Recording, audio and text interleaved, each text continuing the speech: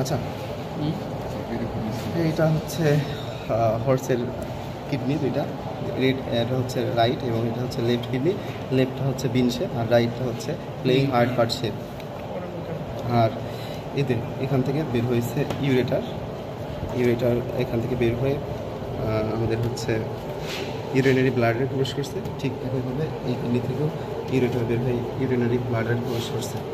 তো যেখানে ইউরিনারি, এখানে 3টা ওপেনিং আছে, ওগুলো ওটা আমাদের কাটা জায়গা নাই।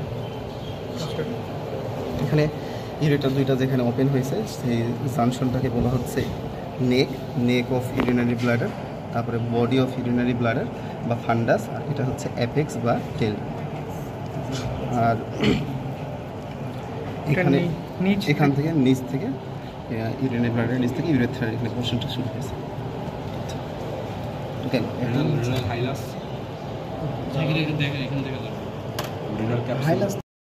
এটা হচ্ছে রেনাল ভেন। রেনাল ভেনের ডায়ামিটারটা অনেক বড় হয়।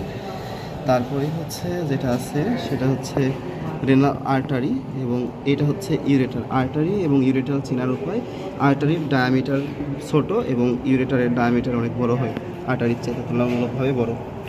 আরেকবার দেখা, একটু তোর বলা লাগবে না, শুধু দেখা। এটা হচ্ছে ইউরেটার আর এটা হচ্ছে আর্টারি। আর কর্টেক্স অফ কিডনি, কর্টেক্স বাইরের অংশ, আর ভিতরে এখান থেকে শুরু হয়েছে মেরুলা।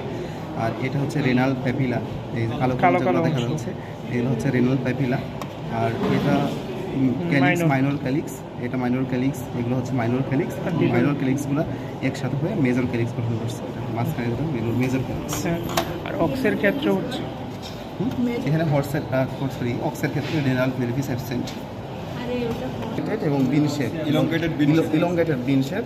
আর এটা লোবুলেটেড, কারণ হচ্ছে ইন্টারলোবার ফিশার থাকে।